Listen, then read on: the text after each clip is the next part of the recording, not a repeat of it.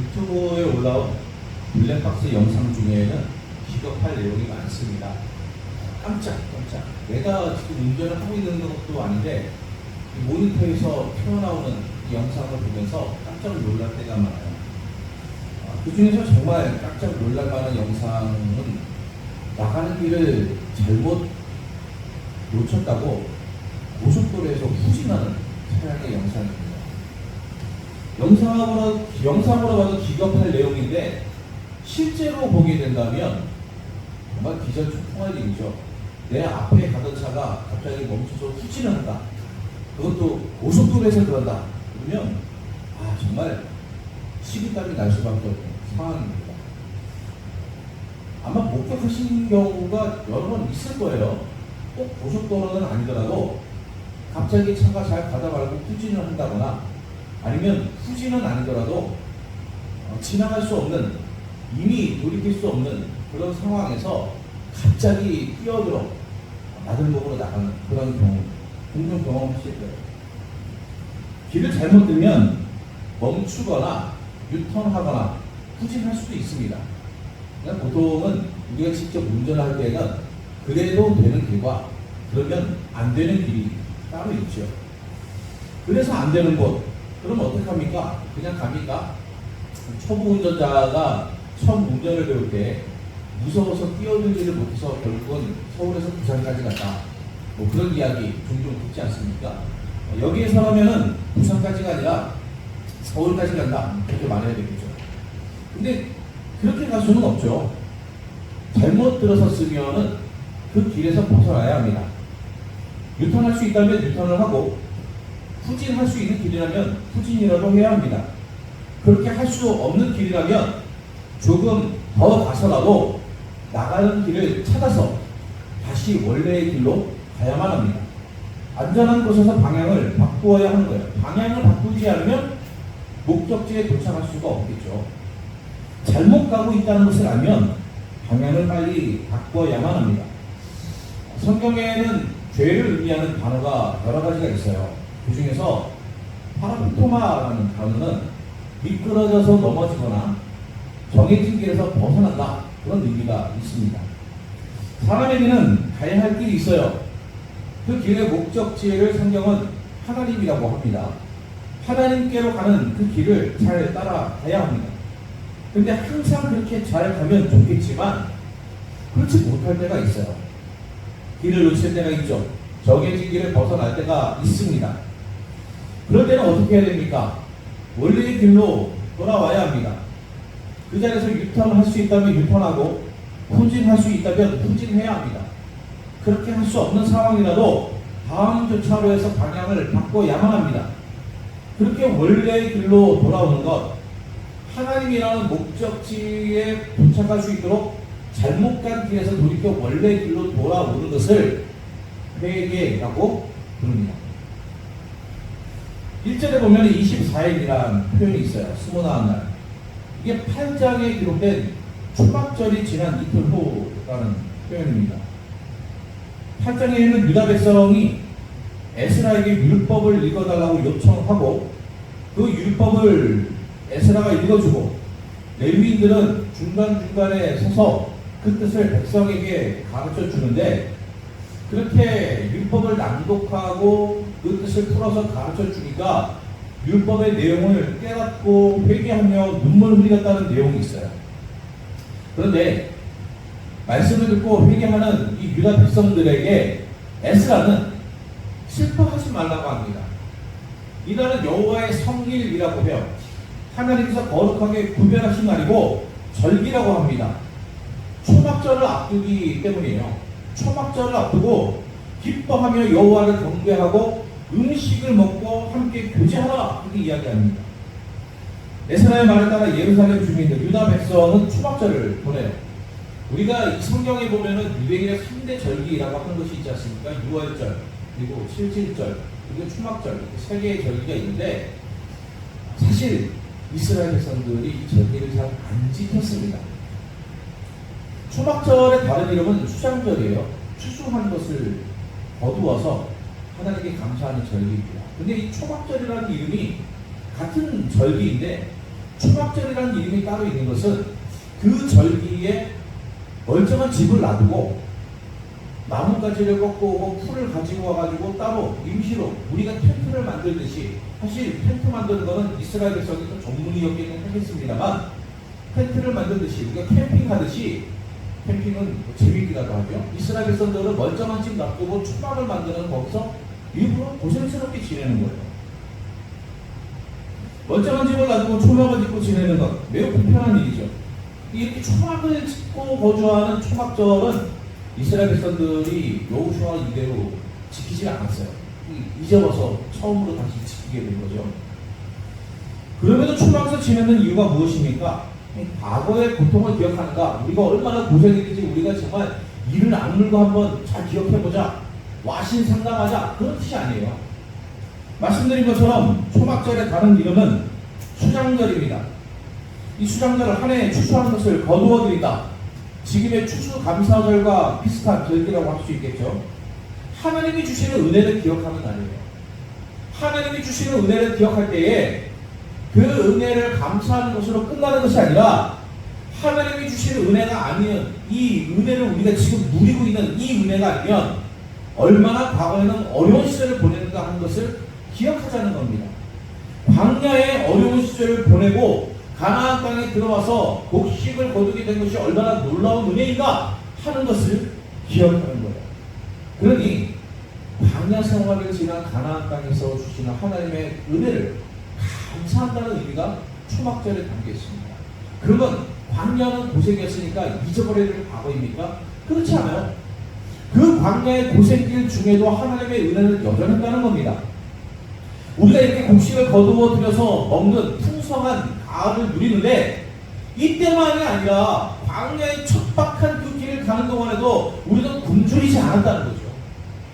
그 척박한 길에도 하나님께서 베푸신 은혜가 있었기 때문에 우리는 가나안에 오기까지 살아남을 수 있었다 하는 겁니다. 광야에 있을 때, 가나안에 들어갔을 때나 하나님의 은혜뿐이다.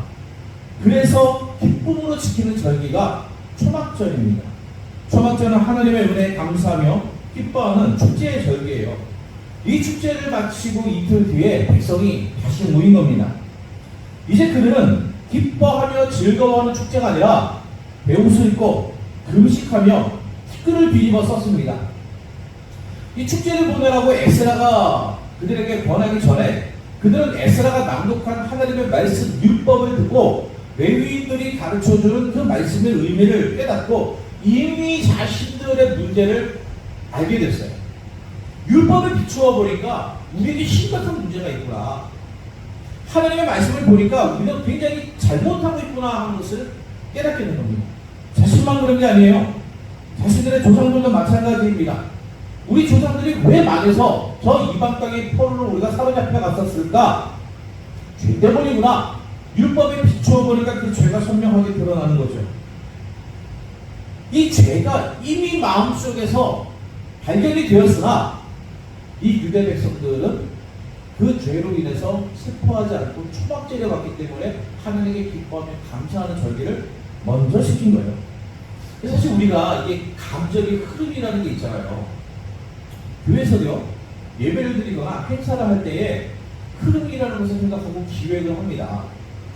수련회 같은 거 생각해보면 더 그래요. 수련회 보면은 낮에는 뭐 강의도 하고, 그 다음에 애들 뭐 놀기도 하고, 뭐 그렇습니다. 주로 저녁에는 집회를 하죠.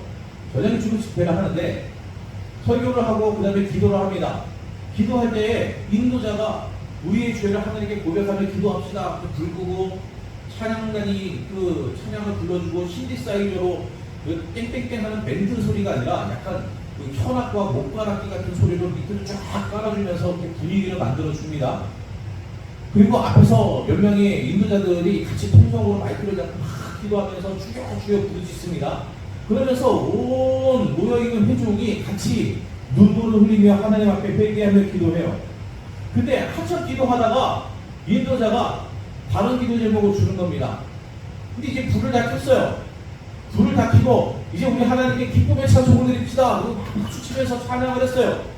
여러분, 우리 간식을 먹으면서 교제합시다. 수련회 가면은 치킨, 피자 이런 거 애들 막 먹지 않습니까?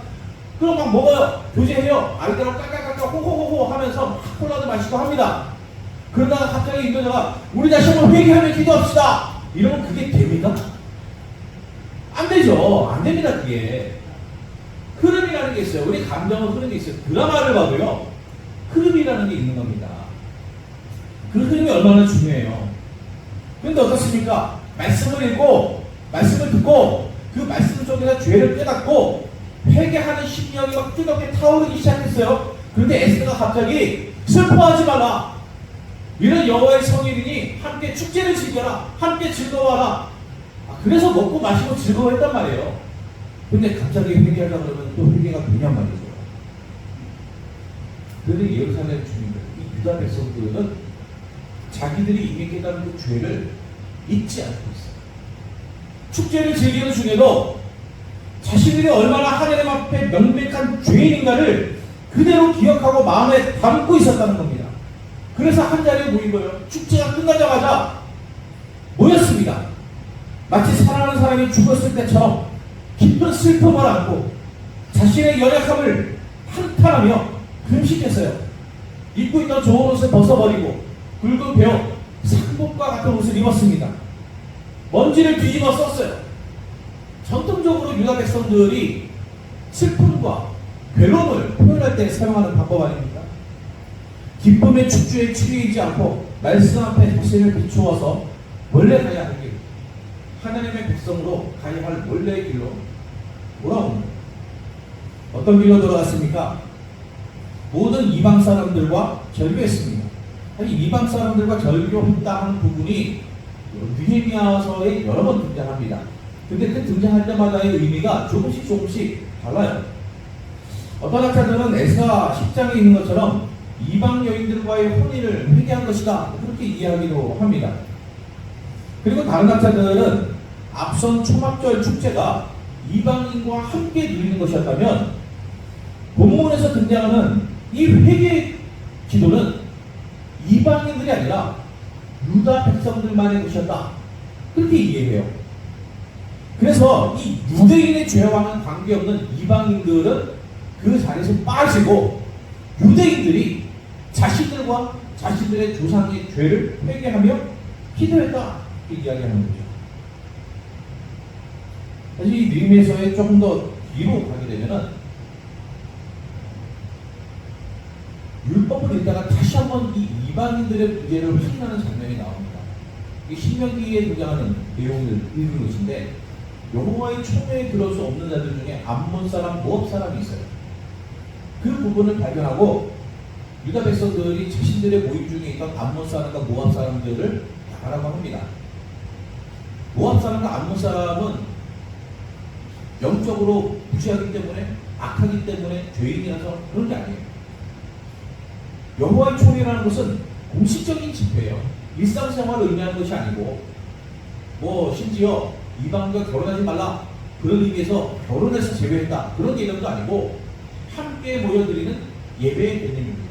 지금 여기도 여호와의 총회인 거예요. 하나님 앞에 유다 백성이 다 모였습니다. 그것은 유다 백성이 하나님 앞에 모인 여호와의 총회인데, 이곳에 이방 사람들과의 관계를 끊어내는 거예요. 유다 백성들이 순수하게 하나님 앞에 모이는 예식입니다.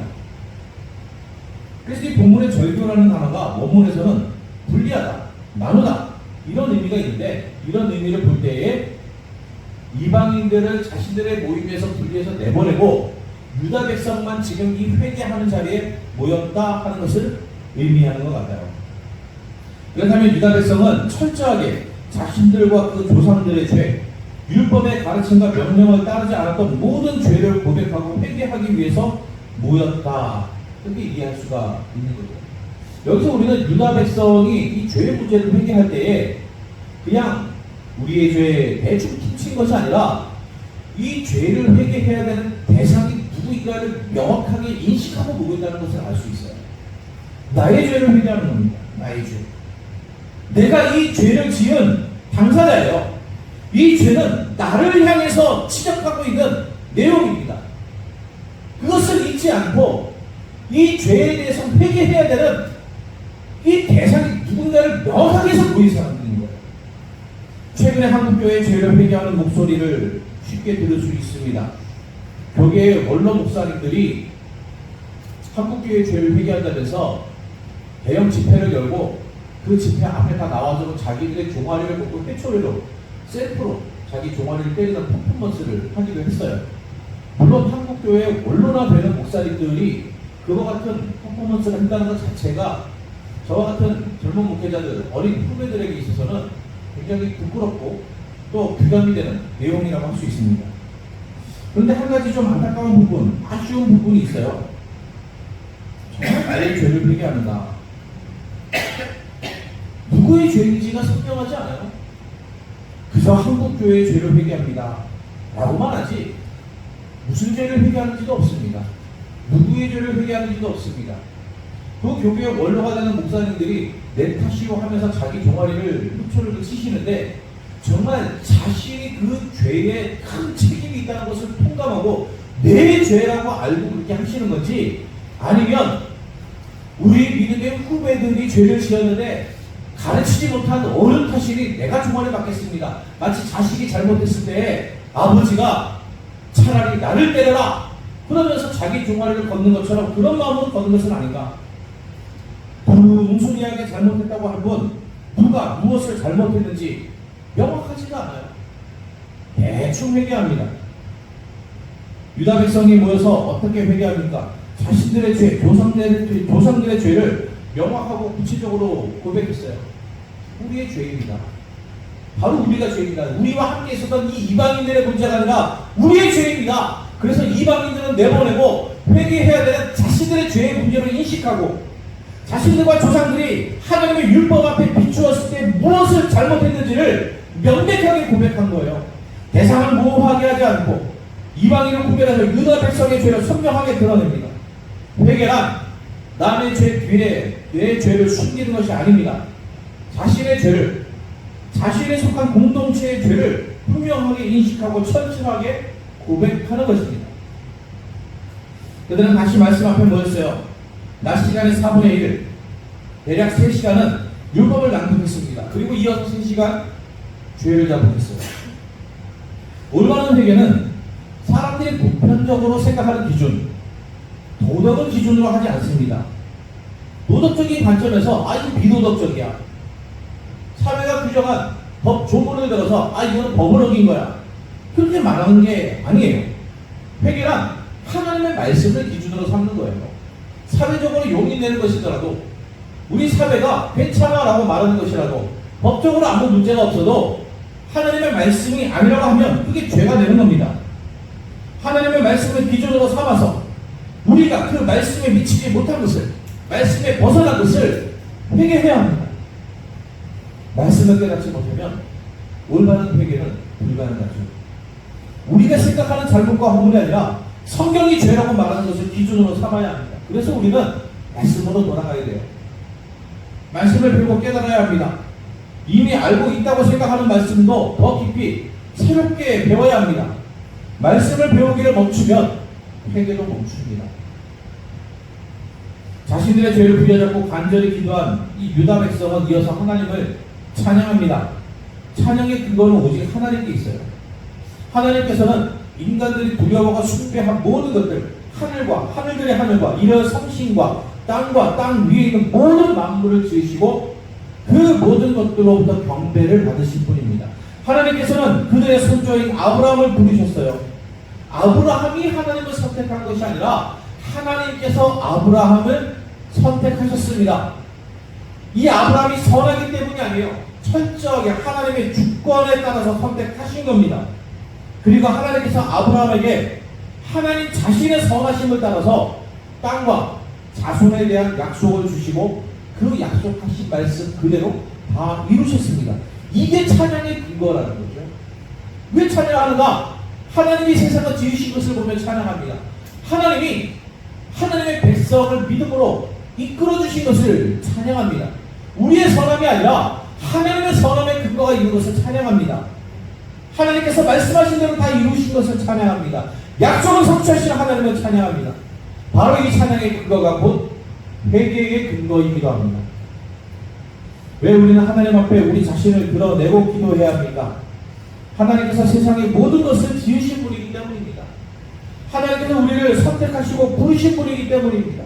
하나님께서 모든 것을 말씀대로 이루시기 때문입니다. 자세히 다른 어떤 기준이 아니라 오직 하나님께서 어떤 분이신 것을 알기에 그분의 말씀 앞에 우리를 비추고 회개해야 합니다. 말로 하는 회개가 아니라 구체적인 행실로 삶의 변화로 회개해야 합니다. 길을 잘못 들었으면 방향을 바꿔 올바른 길로 돌아가야 합니다. 하나님의 은혜를 사모하는 우리가 진정한 회개로 오직 하나님의 길을 가기를 축원합니다.